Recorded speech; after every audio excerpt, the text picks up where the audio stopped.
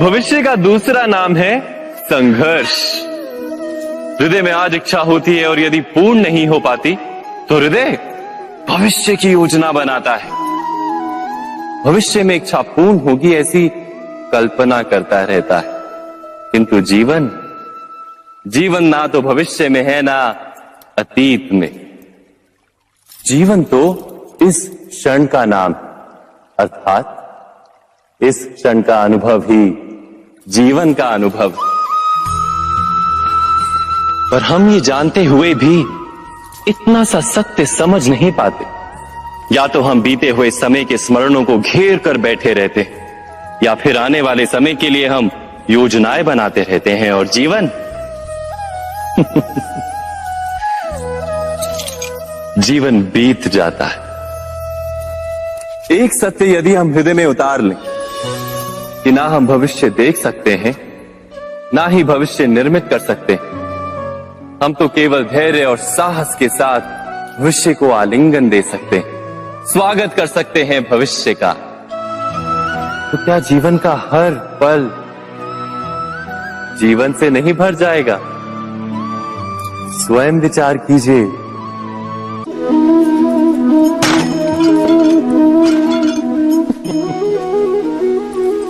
कभी कभी कोई घटना मनुष्य के जीवन की सारी योजनाओं को तोड़ देती और मनुष्य उस आघात को अपने जीवन का केंद्र मान लेता।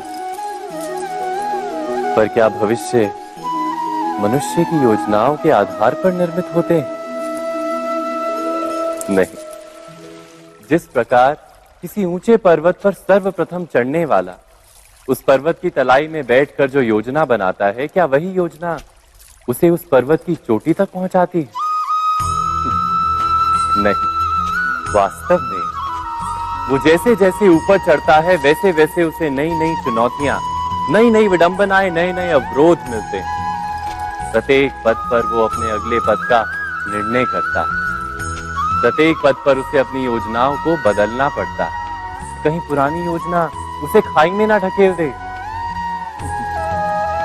वो पर्वत को अपने योग्य नहीं बना पाता, केवल स्वयं को पर्वत के योग्य बना सकता है।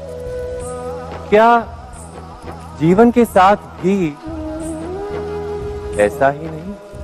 जब मनुष्य जीवन में किसी एक चुनौती को, एक अवरोध को अपने जीवन का केंद्र मान लेता है, अपने जीवन की गति को ही रोक देता है, तो वो अपने जीवन में सफल नहीं बन पाता और ना ही सुख और शांति प्राप्त कर पाता। अर्थात जीवन को अपने योग्य बनाने के बदले स्वयं अपने को जीवन के योग्य बनाना ही सफलता और सुख का एकमात्र मार्ग नहीं। स्वयं विचार कीजिए।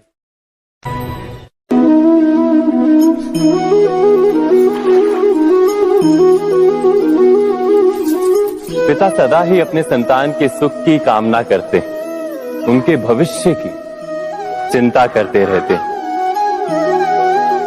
इसी कारणवश सदा ही अपने संतानों के भविष्य का मार्ग स्वयं निश्चित करने का प्रयत्न करते रहते।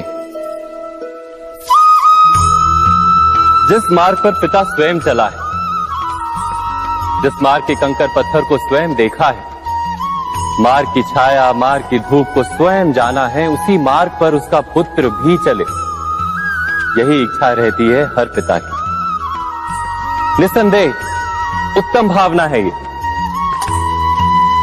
किंतु 3 प्रश्नों के ऊपर विचार करना हम भूल ही जाते हैं। कौन से प्रश्न? प्रथम प्रश्न, क्या समय के साथ प्रत्येक मार्ग बदल नहीं जाते? क्या समय सदा ही नई चुनौतियों को लेकर नहीं आता? तो फिर बीते हुए समय के अनुभव नई पीढ़ी को किस प्रकार लाभ दे सकते हैं? दूसरा प्रश्न, क्या प्रत्येक संतान अपने माता पिता की छवि होता है? हाँ, संतानों को संस्कार तो अवश्य माता पिता देते हैं, किंतु भीतर की क्षमता तो ईश्वर देते हैं। तो जिस मार्ग पर पिता को सफलता मिली है, विश्वास है कि उसी मार्ग पर उसकी संतानों को भी सफलता और सुख प्राप्त होगा। तीसरा प्रश्न, क्या जीवन के संघर्ष और चुनौतियां लाभकारी नहीं होती? क्या प्रत्येक नया प्रश्न एक नए उत्तर का द्वार नहीं खोलता? तो फिर संतानों को नए नए प्रश्नों, संघर्षों और चुनौतियों से दूर रखना, ये उनके लिए लाभ करना कहलाएगा या हानि पहुंचाना? अर्थात जिस प्रकार संतान के भविष्य का निर्माण करने के बदले उसके चरित्र का निर्माण करना श्रेष्ठ है, वैसे ही संतानों के जीवन का मार्ग निश्चित करने के बदले उन्हें नए संघर्षों के साथ जूझने के लिए मनोबल व ज्ञान देना अधिक लाभदायक नहीं होगा? स्वयं विचार कीजिए।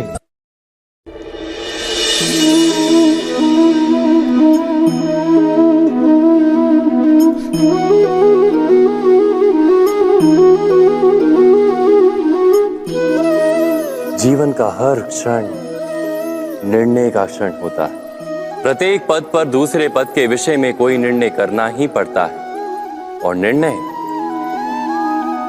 अपना प्रभाव छोड़ जाता है। आज किए गए निर्णय भविष्य में सुख अथवा दुख निर्मित करते हैं, ना केवल अपने लिए, अपने परिवार के लिए भी, आने वाली पीढ़ियों के लिए भी।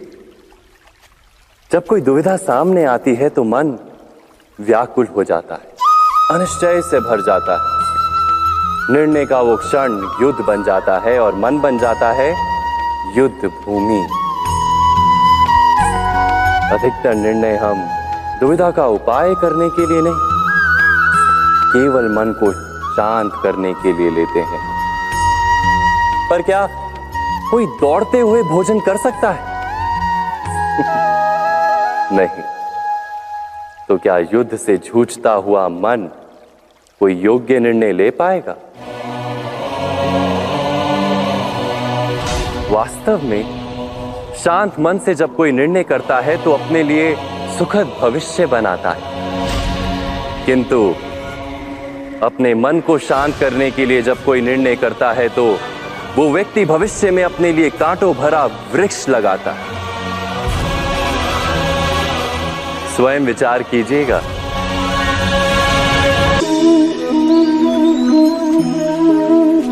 सबके जीवन में ऐसा प्रसंग अवश्य आता है कि सत्य कहने का निश्चय होता है हृदय में, किंतु मुख से सत्य निकल नहीं पाता। कोई भय मन को घेर लेता है। किसी घटना अथवा प्रसंग के बारे में बात करना या फिर स्वयं से कोई भूल हो जाए उसके बारे में कुछ बोलना, क्या ये सत्य है? नहीं, ये तो केवल तथ्य है। अर्थात जैसा हुआ था वैसा केवल बोल देना सामान्य सी बात है। किंतु कभी कभी उस तथ्य को बोलते हुए भी भय लगता है। कदाचित किसी दूसरे की भावनाओं का विचार आता है मन, दूसरे को दुख होगा ये भय भी शब्दों को रोकता है। तो ये सत्य क्या है?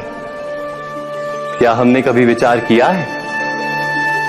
जब भय रहते हुए भी कोई तथ्य बोलता है तो वो सत्य कहलाता है।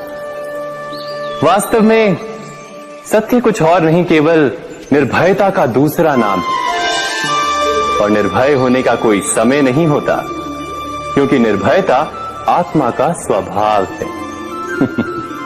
अर्थात क्या प्रत्येक क्षण सत्य बोलने का क्षण नहीं होता?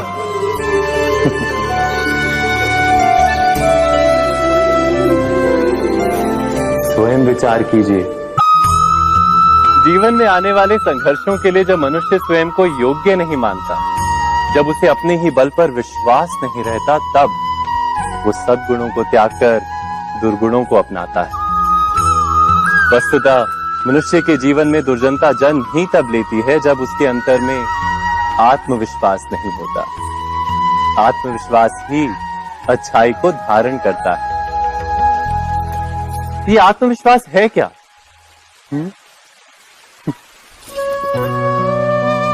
जब मनुष्य ये मानता है कि जीवन का संघर्ष उसे दुर्बल बनाता है, तो उसे अपने ऊपर विश्वास नहीं रहता। वो संघर्ष के पार जाने के बदले संघर्ष से छूटने के उपाय ढूंढने लगता है। किंतु जब वो ये समझता है कि ये संघर्ष उसे अधिक शक्तिशाली बनाते हैं, ठीक जैसे व्यायाम करने से देह की शक्ति बढ़ती, तो प्रत्येक संघर्ष के साथ उसका उत्साह बढ़ता है। अर्थात आत्मविश्वास और कुछ भी नहीं, मन की स्थिति जीवन को देखने का दृष्टिकोण मात्र है, और जीवन का दृष्टिकोण तो मनुष्य के अपने वश में होता है। स्वयं विचार कीजिए।